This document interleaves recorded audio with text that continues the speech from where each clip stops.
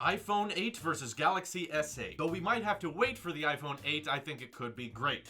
The iPhone will retaliate. But hopefully there's no Ben Gate. Galaxy S8 will be a cheapskate. And the fact that it has a headphone jack aggravates me. But before you celebrate, I do think the iPhone 8 is overrated. Even though I'll likely give it an 8 out of 8. Let's hope Tim Cook doesn't get assassinated. Okay, I'll stop. To be fair, my great date helped me articulate these puns. Let's appreciate her. Thanks, mate. We've got our two bigger flagships competing this year, and it appears to be an important one because it's the anniversary, the 10th anniversary of the iPhone. So lots of pressure is being put on this one. In fact, I don't think I've ever seen hype for an iPhone like this before. I think this is the most hyped one. Samsung also has major reputation to rebuild after the Note 7, disaster. Massive recalls from explosions. Even the supposed fixed ones were sent out, exploded, and it's pretty hard to shake your PR when every single airplane before it takes off has to tell everyone that if you own a Note 7, you can't have it during that flight and they have to pull it off. It's been banned from all airways. So literally every flight is telling you not to use that phone. That's a lot of PR to recover from. Now, lots of people who bought the Note 7 and returned it are going to get 50% off the Galaxy S8 if they do decide to upgrade. So there's definitely a ton of pressure on Samsung right now to reconcile all of that yucky mess. Samsung also has a new big competitor. Apple is the sole member of the iOS market, so they're not competing with anyone in iOS. They own it. Whereas Samsung is now sharing the market with a new competitor, the Google Pixel. I don't know why it's selling really well because I think the phone is crap, but it is. People really like the Google in-house built hardware and software working together. Lots of people are buying that, and that means they're not buying Galaxy phones. So now Samsung has a new Android competitor they have to deal with because now Android fans have more options to choose from. So quite a lot is riding on the Galaxy S8. And it's coming out in a couple of months too, so we have a pretty clear image of what it looks like because of several leaks. This looks pretty legit to me. There's one big issue that's obviously standing out to me, and I think other people are noticing it too. The removal of the home button made them put the fingerprint reader on the back alongside the camera.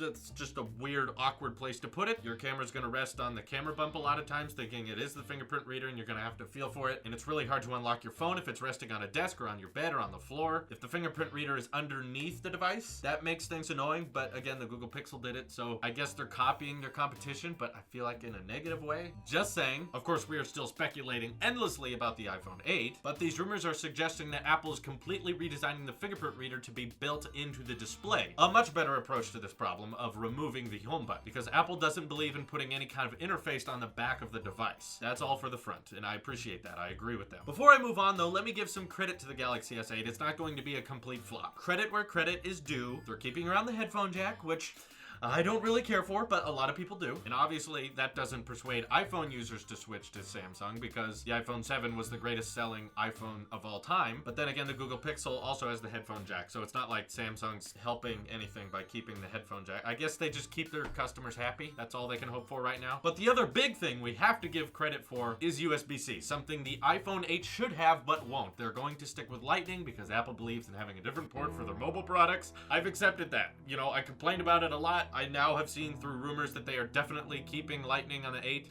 I can't change it though, so I'm not gonna worry about things I can't. This job's a little too much for me, I think. I can't keep going like this. Hats off to Samsung for adopting USB-C, just like everyone should. Good for you. This annoys Apple sheep to death because all of our Apple products now don't have one universal port, so we have to start buying more USB-C to Lightning cables for everything, but it is an easy and noticeable thing they could fix, and they're not going to, but it's not annoying enough for most Apple users to want to convert over. We're going to stick with our stuff, even though we have to buy some more adapters and cables. That ecosystem is still unparalleled compared to the competition. Let's just hope the iPhone 8's chargers come with USB-C to Lightning.